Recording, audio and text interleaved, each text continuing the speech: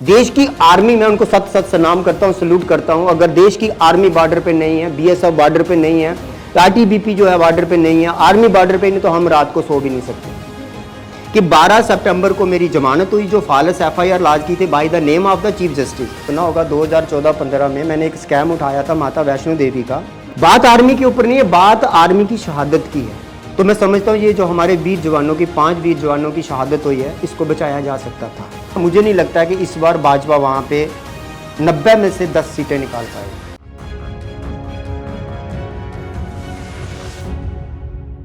देश नीति, केवल सच्ची और पक्की खबरें। नमस्कार दोस्तों, मेरा नाम है जयंती झा और आप देख रहे हैं देश नीति। वैसे तो दोस्तों रोज आपसे अलग अलग मुद्दों पर मुलाकात होती है, हम अलग अलग मुद्दों के साथ आपके साथ जुड़ते हैं, मुखातिब होते हैं आपसे, और हमारे देश में जितनी भी तमाम खबरें जो आपसे छिपाई जा रही हैं या जो आप तक नहीं पहुंच रही है, हम पूरी कोशिश करते हैं कि वो खबरें आप तक पहुंचे और सटीक अंदाज में पहुंचे। आज जिस मुद्दे के बारे में हम बात करने वाले हैं वो देश की सुरक्षा से जुड़ा मुद्दा है, इसलिए बड़ी गंभीरता के साथ इस मुद्दे पर आज हम चर्चा करेंगे। और आज हमारे साथ चर्चा करने के लिए जो शख्स मौजूद हैं उनका आरोप बेहद गंभीर है।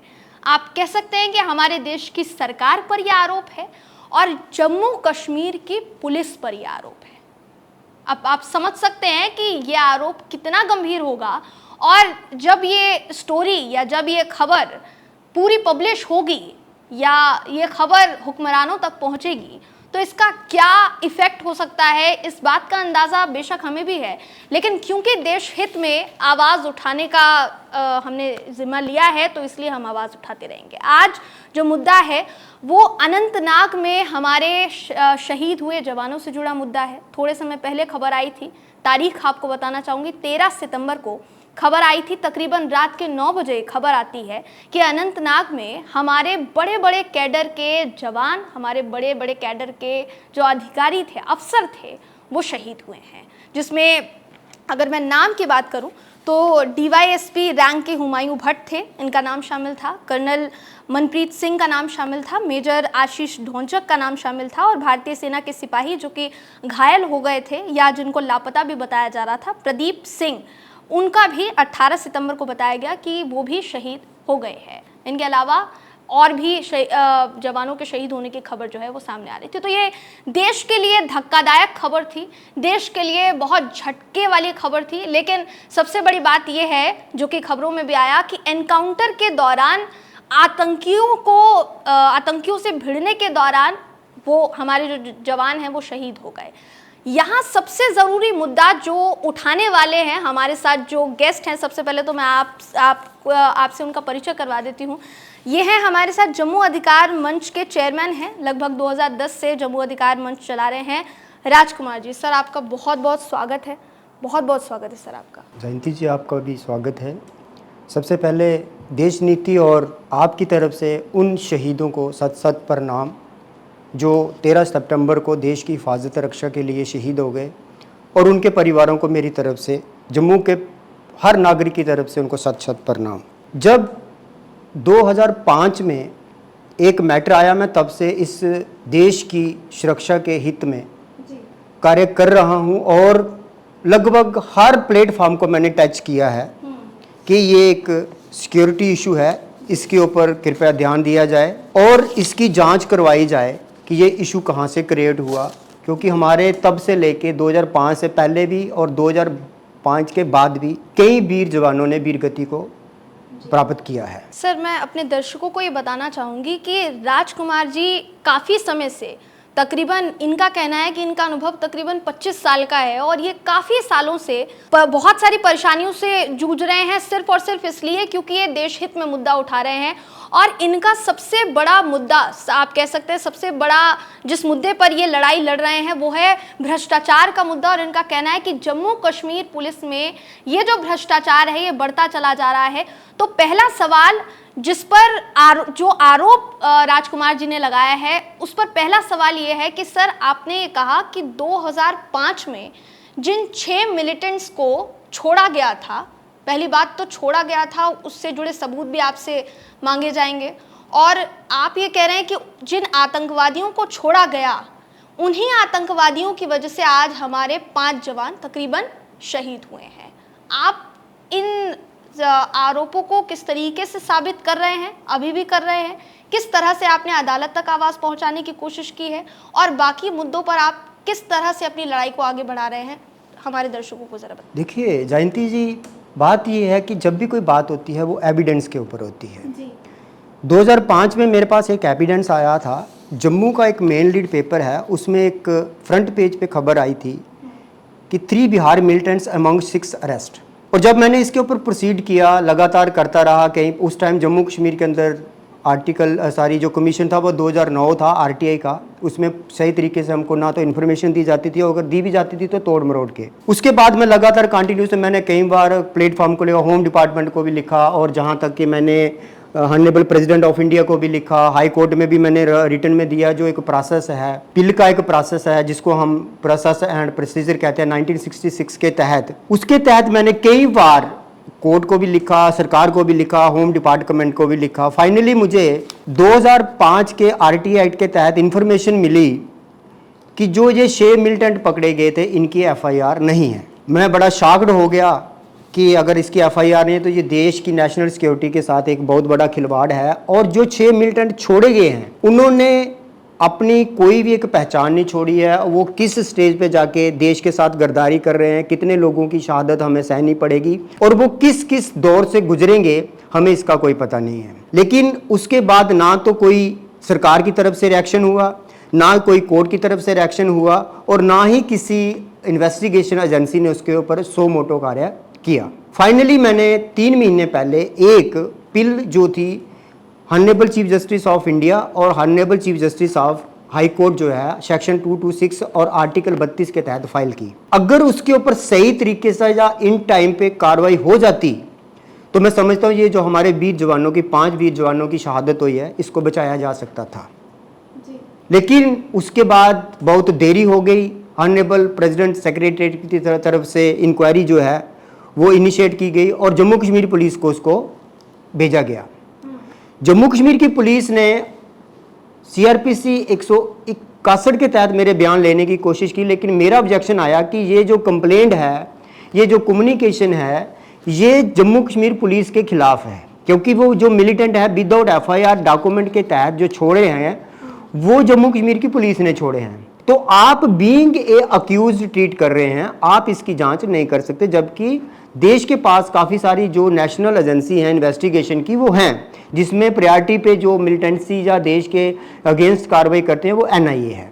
लेकिन उसके बाद जो जम्मू कश्मीर की पुलिस थी उन्होंने एक प्री प्लान मैटर करके मेरे ऊपर एक फॉल्स एफआईआर लॉन्च की और मुझे ही जेल में डाल दिया। तो आप इसे जैसे आप बार बार कह रहे हैं कि ये फॉल्स एफआईआर थी, आप इसे फॉल्स एफआईआर किस बिहाफ पर कह रहे हैं, किस वजह से आप इसे फॉल्स एफआईआर कह रहे हैं? देखिए आपके खिलाफ क्यों?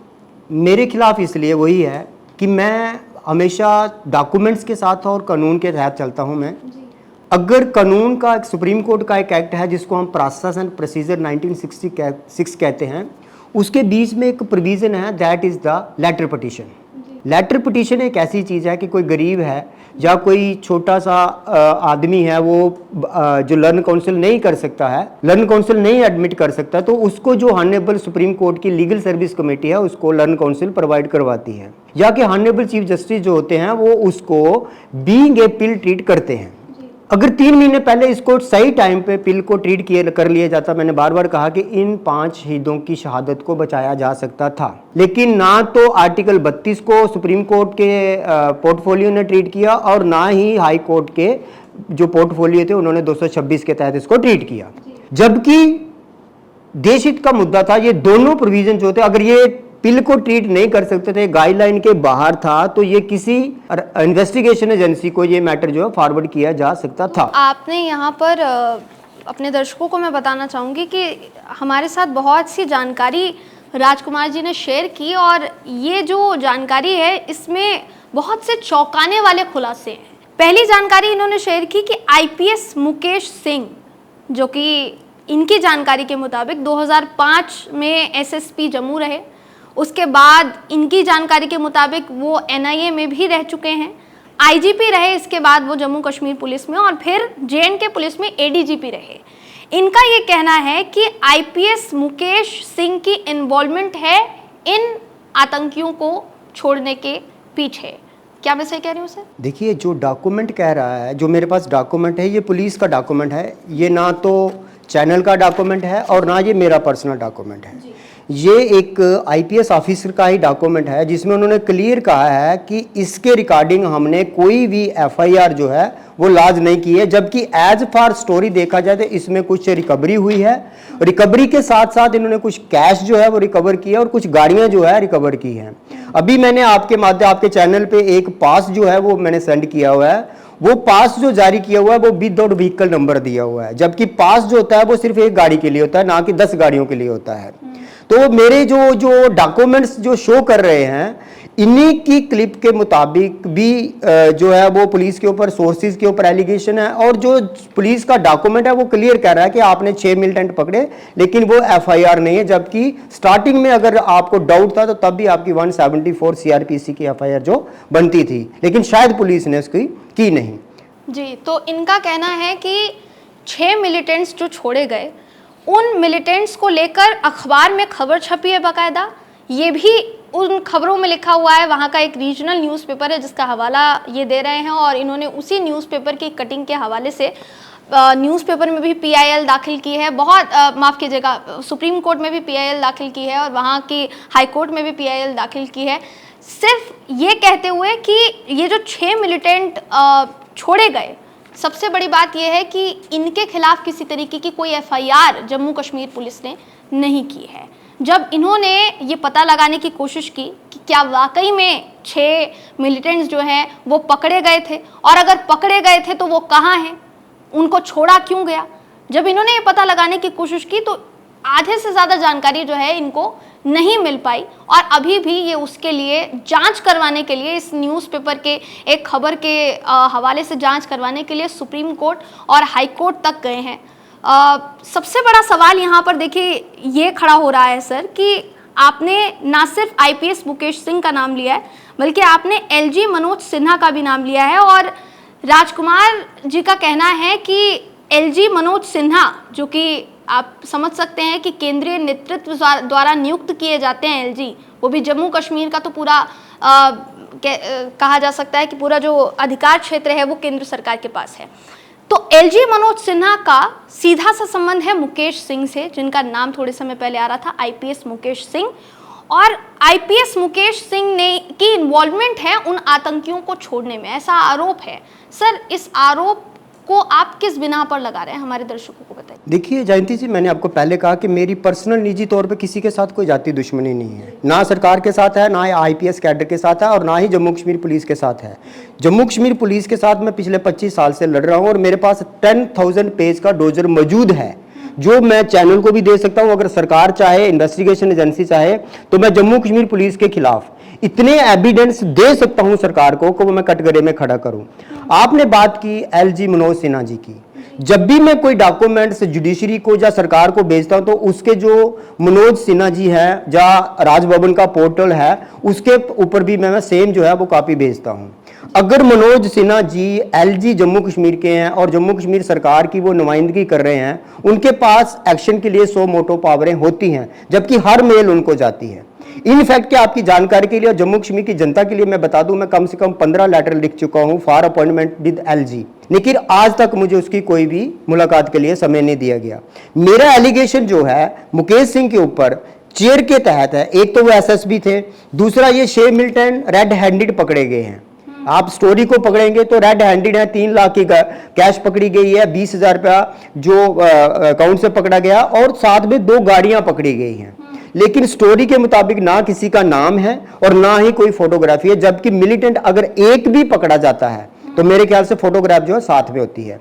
लेकिन ये प्री प्लान्ड एक मैटर भी हो सकता है, जहाँ जांच का विषय है। सर, ये भी तो हो सकता है कि आप जिस अखबार की खबर का हवाला दे रहे हैं, उस अखबार की जो खबर है शायद उसी को सत्यापित ना मान रही हो सरकार, या फिर हायर अथॉरिटीज, इस वजह से शायद आप जो आवाज़ उठा रहे हैं उसको पूरी तरीके से ना सुना जा रहा हो। जयंती जी, मैं मानता हूँ इस चीज़ के लिए सुप्रीम कोर्ट और PCI press council of India, दो एक ऐसे पोर्टल हैं जो न्यूज़पेपर के ऊपर जजमेंट भी दे चुके हैं और जो PCI की गाइडलाइंस हैं उसके मुताबिक भी अगर कोई स्टोरी आती है तो उसके लिए जो चीफ एडिटर है वो जिम्मेदार होता है। सुप्रीम कोर्ट का ये आर्गूमेंट भी है और जजमेंट भी है। लेकिन जब अगर पुलिस कहती है, पुलिस ने ये मुझे जवाब दिया है, अगर पुलिस इसी में मेंशन करती है कि ये तो जो स्टोरी है ये फेक है और पेड स्टोरी है, तो मैं न्यूज़पेपर के खिलाफ कार्रवाई करता। और पुलिस के पास इसकी खुद की कार्रवाई करने की सो मोटो पावर्स हैं, LG साहब के पास इसकी पावर्स हैं, जबकि मैं पिल फाइल कर रहा हूं और लगातार पिछले 15 साल से सरकार को जब भी कोई अटैक होता है, इससे पहले मैं आपको बताऊं, इस 13 सितंबर से पहले 4 अटैक जम्मू में प्री प्लान करवाए गए हैं। 7 दिसंबर 2022 को सिद्रा में एक अटैक करवाया गया, एक भूसे की गाड़ी को जला दिया गया, लेकिन मिलिटेंट की डेड बॉडी उसमें भी रिकवर नहीं हुई। उसके बाद 23-24 जुलाई 2023 को जम्मू के एक पास इलाके रात को 10 बजे एक अटैक करवाया गया by the name of TRF, और उसके ऊपर जो इन्वेस्टिगेशन है वो दफा दी गई और एलिगेशन लगा दिया गया TRF के ऊपर। TRF जो है वो एक गली गलूचे में जाके और एक सिंगल आदमी के ऊपर कैसे अटैक करेगी। तीसरी बात जो है कि जो टोल प्लाजा है उसके ऊपर से एक फेक पास दिया गया बिना गाड़ी के नंबर के। अब वो टोल प्लाजा का पास जो है वो एक गाड़ी को लॉट कर रहा है, 10 को कर रहा है। मेरा जो एलिगेशन पुलिस के ऊपर है वो डॉक्यूमेंट के ऊपर है और उनकी रिपोर्ट के ऊपर है। अगर पुलिस ट्रांसपेरेंट होती, यहाँ पे इन्वेस्टिगेशन करती खुद के लेवल पे सो मोटो के ऊपर, तो शायद ये आज ये शहादतें ना होती और आज हमारे वीर जवान जो है वो वीर गति को प्राप्त नहीं होते। लेकिन मुझे लग रहा है कि इसमें पुलिस की बहुत बड़ी इन्वॉल्विंग है और अथेंटिक अप्रूव के साथ है। अगर इसके लिए नेशनल एक एजेंसी है NIA, अगर वो इन्वेस्टिगेशन करती है तो मैं और भी काफ़ी सारे सबूत दे सकता हूँ जम्मू कश्मीर की करप्शन के और जो इन्वॉल्विंग के हैं वो साबित करते हैं इस चीज़ के लिए। लेकिन जांच कौन करेगा? ना मैं कर पाऊंगा, ना जो चैनल कर पाएगा, ना ही जो मीडिया एजेंसी है वो कर पाएंगी, क्योंकि मीडिया जो है वो एक प्लेटफॉर्म है पब्लिकेशन का, इन्वेस्टिगेशन का प्लेटफॉर्म नहीं है। इन्वेस्टिगेशन एजेंसियां जो हैं आज की तारीख में खामोश बैठी हुई हैं। जो स्पेशली जो जम्मू की रीजनल एजेंसी है, जम्मू कश्मीर पुलिस के 4 विंग हैं, एक विंग को छोड़ दीजिए, एक विंग या 2 विंग जो है वो टोटली डेडली है, लेकिन 2 विंग जो उसके हैं वो इस तरह के काम करती हैं, जिसमें एक CID है, एक जम्मू कश्मीर पुलिस का डिस्ट्रिक्ट का विंग है और एक जो है वो कमांडो का है। लेकिन वो तीनों के तीनों जो है वो खामोश बैठे हुए हैं। लिहाजा मुझे लग रहा है अगर जांच की जाए प्रॉपर तरीके से तो इसमें जो पुलिस की, अगर आपके लिए प्लस पॉइंट मैं बता दूं, जनता के लिए प्लस पॉइंट बता दूं, जैसे ही ये मैटर अराइज हुआ, एक मैटर इशू हुआ, इसके ऊपर मीडिया की एक रिपोर्ट आई, तो तत्कालीन प्रभाव से जो ये IPS मुकेश सिंह है इसको यहां से ट्रांसफर करके ITBP में 5 साल के लिए डेपुटेशन पे भेज दिया। तो इसका क्या कारण है? जो कि एक अच्छी खासी DGP की पोस्ट पे बैठा हुआ है, उसको खबर चलने के बाद और ऑनरेबल सुप्रीम कोर्ट के रजिस्ट्रार की तरफ से यह मेंशन करने के बाद कि इसको NIA को कंडक्ट किया जा रहा है इंक्वायरी को, तत्कालीन से उसको वहां से उस पद से हटा के ITBP में डेपुटेशन पे भेज दिया था। इसका क्या मतलब है? आप किस खबर का यहाँ पर हवाला दे रहे हैं? इस खबर का मैं हवाला दे रहा हूं जो मैंने एक 2-4 दिन पहले एक सवाल गवर्नमेंट से शहादत के बाद, जब मैं शहादत हुआ तो ये अनफॉर्चुनेटली था कि 12 सितंबर को मेरी जमानत हुई, जो फॉल्स FIR लॉन्च की थी by the name of the chief justice, जो कि पोर्टफोलियो के मुताबिक चीफ जस्टिस कभी भी डायरेक्टली जो है FIR नहीं लगवाता है, और 469 की है। जबकि कानून के तहत लेटर पिटीशन एक प्रोविजन है, अगर मैं ऑनरेबल चीफ जस्टिस को लेटर पिटीशन दे रहा हूं आर्टिकल 32 और 226 के तहत, तो उसमें एक प्रोविजन है, प्रोविजन के तहत मैं अगर उनको पिल दे रहा हूं, मैं लर्न काउंसिल ले नहीं सकता हूं, पढ़ नहीं सकता हूं, तो मैंने अगर लेटर पिटीशन फाइल की है तो उसमें FIR का तो सवाल नहीं बनता है। मैं अगर उनसे देश की जब ये कैजुअलिटी हुई, शहादतें हुई, तो मेरे से रहा नहीं गया। मैंने इस मैटर को उठाया सरकार के सामने और सरकार से सवाल किया। मैंने सबसे पहले मैंने चीफ जस्टिस आर्टिकल 32 के तहत और चीफ जस्टिस हाई कोर्ट 226 के तहत सवाल किया, RTI फाइल की कि मुझे आप बताइए मेरी पिल 3 महीने पहले आपके पास आई थी, आपने उस पर क्या कार्रवाई की, और अगर नहीं की तो उसका मुझे कारण बताएं। जबकि हाई कोर्ट के चीफ जस्टिस ने तो मुझे जवाब ही नहीं दिया। मैंने अपील भी फाइल की, लेकिन सुप्रीम कोर्ट की तरफ से मुझे जवाब किया कि जो आपकी पिल है वो गाइडलाइन के बाहर है, लिहाजा इसको NIA को कंडक्ट किया जा रहा है। लेकिन सवाल ये उठ रहा है कि अगर पिल की गाइडलाइंस नहीं है तो इतनी देरी क्यों? और जो honourable civil secretary of the president of India ने इंक्वायरी इनिशिएट की है, और वो अक्यूज्ड जो जम्मू कश्मीर पुलिस है, जहां पे अक्यूज्ड है, जहां पे जम्मू कश्मीर पुलिस जो है वो अक्यूज्ड है बीइंग ए चेयर, लेकिन वो इसके तहत इंक्वायरी नहीं कर सकता है। अब वो अपने डिपार्टमेंट के अपने सीनियर ऑफिसर के खिलाफ, एक एसएचओ के पास इंक्वायरी जाती है, उसकी रिपोर्ट आती है, वो एडीजीपी या आईजीपी के खिलाफ क्या इंक्वायरी फाइल करेगा? इसलिए मुझे डाउट, क्या ये आइडेंटिक सबूत है, 15 साल से मैं इस प्रोसीड में हूं कि इसकी जांच होनी चाहिए और सेंट्रल एजेंसी से होनी चाहिए, और मेरे से ये शहादत बर्दाश्त नहीं हो पा रही है, क्योंकि मैं पिछले 15 साल से देश हित में कार्य कर रहा हूं और ये देश की नेशनल सिक्योरिटी के साथ खिलवाड़ है। सर, हमारे देश की जो सत्ताधीन पार्टी है बीजेपी इस बात को संसद में भी कई बार उठा चुकी है, कई बार इस बात को मुखर तौर पर वो हमेशा कहती रहती है कि हमने जम्मू कश्मीर से आर्टिकल 370 का जो एब्रोगेशन किया, जो हटाया, वो सबसे महत्वपूर्ण पहलू था। और उसके बाद से वहाँ जो आतंकवादी गतिविधियां हैं, हमारी पहली बात तो सेना को हमने और ज़्यादा मजबूत किया, हमारी सेना पर कभी कोई सवाल नहीं खड़े किए जा सकते और अभी भी हम सेना पर किसी तरीके का कोई सवाल नहीं खड़ा कर रहे हैं। मैं अपने दर्शकों को ये बात क्लियर करना चाहूँगी। लेकिन यहाँ सबसे ज़रूरी बात यह है कि जो खुलासे राजकुमार जी कर रहे हैं एक आरटीआई एक्टिविस्ट होने के तौर पर, क्योंकि उन्होंने सुप्रीम कोर्ट तक बात पहुंचाने की कोशिश की है, जगह जगह बात पहुंचाने की अपनी कोशिश की है, जम्मू कश्मीर पुलिस पर वो आरोप लगा रहे हैं, तो फिर आर्टिकल 370 एब्रोगेशन से फायदा हुआ है या फिर स्थिति वैसी की वैसी है या और ज़्यादा भयावह हो गई है? सर जयंती जी, बड़ा अनफॉर्चुनेटली ये सवाल पूछा आपने। जब आर्टिकल 370 की रिवोगेशन हुई थी, मैं उस टाइम भी जेल में था। मैं उस टाइम जेल में था कि मैंने इसके साथ एक मुद्दा और उठाया था, शायद आपने सुना होगा, 2014-15 में मैंने एक स्कैम उठाया था माता वैष्णो देवी का। उसमें 1470 करोड़ रुपए का स्कैम आया था, नकली सोने और चांदी का। उसके बाद भी मेरे ऊपर उसमें एक रिट नंबर है हाई कोर्ट के अंदर 1200/2016, OWP 1200/2016। उसके अंदर भी काफी सारा पैसा चला और मुझे इन्होंने एक फॉल्स एफआईआर के ऊपर मुझे जेल में रखा लगभग 14 महीने। जब मुझे 14 महीने इन्होंने जेल में रखा और मेरे पे जो एलिगेशन लगाया, उस चीज पे एलिगेशन लगाया जो ऑनरेबल सुप्रीम कोर्ट जो है उस कानून को रद्द कर चुकी है 2015 से पहले, और 2018 में मेरे पे एफआईआर लॉन्च हो रही है अंडर 66 आईटी एक्ट ए के तहत, जो कि जम्मू कश्मीर की धारा 370 2019 में रद्द हो रही है। एफआईआर जो है वो 2018 में लॉन्च हो रही है और इलीगल एफआईआर लॉन्च हो रही है, और ऑफेंस जो है वो बेलेबल है। मुझे 14 महीने जेल में रखा और 27 दिन मई और जून महीने के हॉट पीक मौसम में बिना रोटी और पानी के रखा। तो 370 का जो मुद्दा था वो जब मैं जेल में था तब उठा, लेकिन उसका जो बेनिफिट, आपने आर्मी की बात की, आर्मी जो है वो बॉर्डर पे है, हम उस पर सवाल नहीं उठाते। आज अगर वो बंदूक लेके बॉर्डर पे खड़े हैं तो हम रात को सोते हैं। अगर देश की आर्मी, मैं उनको सत सत सलाम करता हूं, सल्यूट करता हूं, अगर देश की आर्मी बॉर्डर पे नहीं है, बीएसएफ बॉर्डर पे नहीं है, आईटीबीपी जो है बॉर्डर पे नहीं है, आर्मी बॉर्डर पे नहीं, तो हम रात को सो भी नहीं सकते हैं। बात आर्मी के ऊपर नहीं है, बात आर्मी की शहादत की है।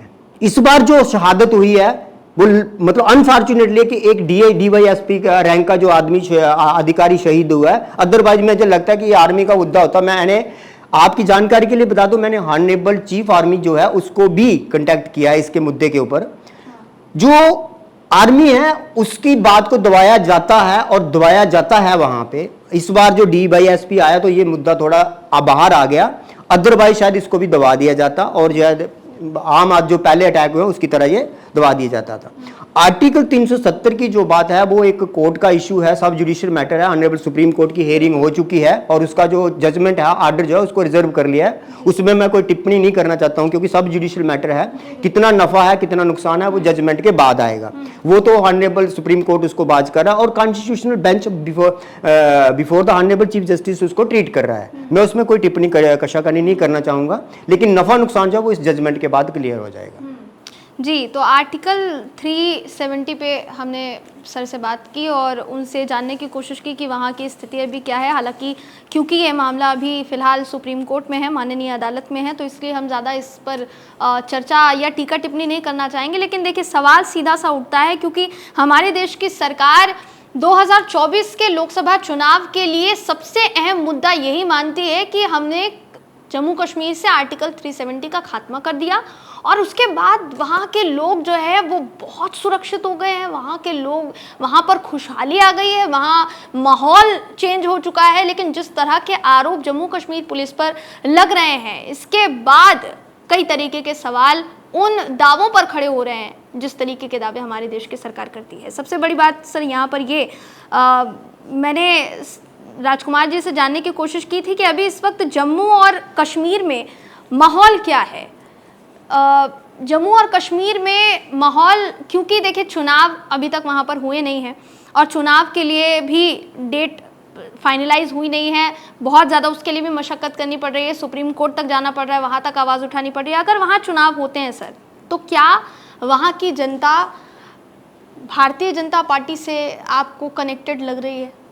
देखिए जयंती जी, चुनाव जो असेंबली के चुनाव हैं वो 2019 के बाद आज तक हुए नहीं हैं।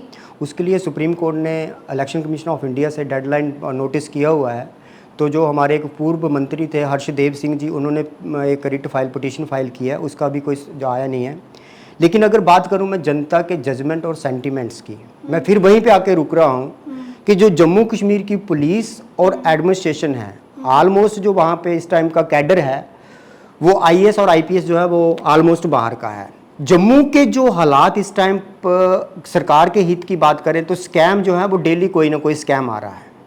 करप्शन के मामले में स्कैम डेली आ रहा है, लेकिन जनता जो है इस टाइम जो है वो सरकार से हट चुकी है। आज भी अगर आप इलेक्शन करवा लीजिए, आप रीजनल लेवल की इलेक्शन करवा लीजिए या सेंट्रल लेवल की इलेक्शन लीजिए, वो तो 2024 तो डेडलाइन है।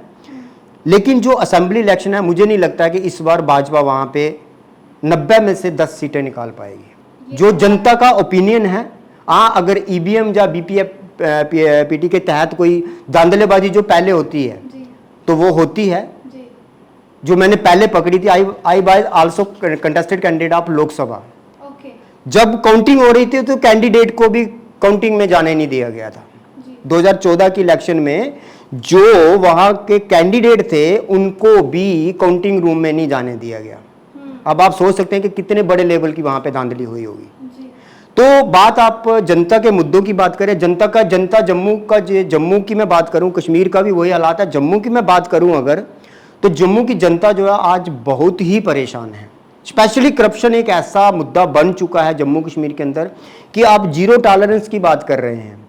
करप्शन जहां पे रूट्स के बीच में चली गई है, जहां तक की है कि मेरे पास एलजी का भी 1 करोड़ 8 लाख का एक और स्कैम आ गया जो कि विद डॉक्यूमेंट्स है। एलजी साहब से 10 बार मैंने अपॉइंटमेंट मांगी है, लेकिन उस मुद्दे के ऊपर मुझे उन्होंने आज तक अपॉइंटमेंट नहीं दी है। और सवाल अगर करप्शन की है, 2014 से आपको मैंने डॉक्यूमेंट दिया, 2014 से माता वैष्णो देवी का केस जो है 1470 करोड़ का है, वो चीफ सेक्रेटरी स्टेट को फॉरवर्ड हुआ, लेकिन आज तक वो चीफ सेक्रेटरी ने उसको एजेंसी को नहीं भेजा है इन्वेस्टिगेशन के लिए। तो इससे आप अंदाजा लगा सकते हैं कि जम्मू की जनता किस हद तक परेशान है।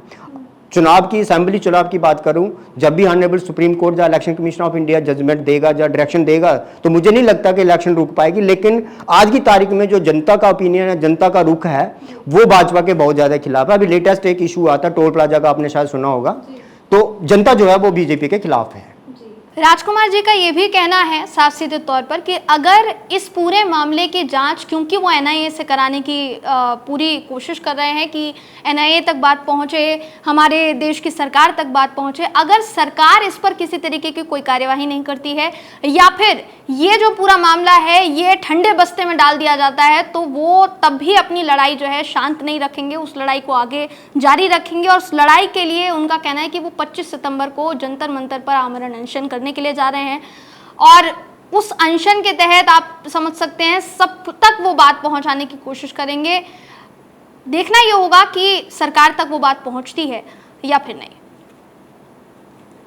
जी, तो राजकुमार जी से हमने बातचीत की और तमाम मुद्दों पर उन्होंने अपनी जो भी अपनी कोशिश जारी रखी हुई है वो सब कुछ उन्होंने हमारे साथ साझा किया है, आपके साथ साझा किया है। अभी आपकी जिम्मेदारी बनती है कि आप इस पूरे मामले के बारे में जो भी सोचते हैं आप वो अपनी राय ज़रूर दें। लेकिन मैं आपकी जानकारी के लिए बताना चाहूँगी दोस्तों कि राजकुमार जी का ये भी कहना है कि अगर इस पूरे मामले की जांच जो है वो ठीक से नहीं होती है, अगर एनआईए से जिससे जांच करवाने की कोशिश वो पूरी तरीके से कर रहे हैं, चाह रहे हैं कि नेशनल इन्वेस्टिगेटिव एजेंसीज जो हैं इसकी जांच करें, अगर वो जांच नहीं होती है तो उनका कहना है कि वो 25 सितंबर को जंतर मंतर पर आमरण अनशन करेंगे। अब देखना ये होगा कि सरकार जो है इस पूरे मामले पर क्या एक्शन लेती है।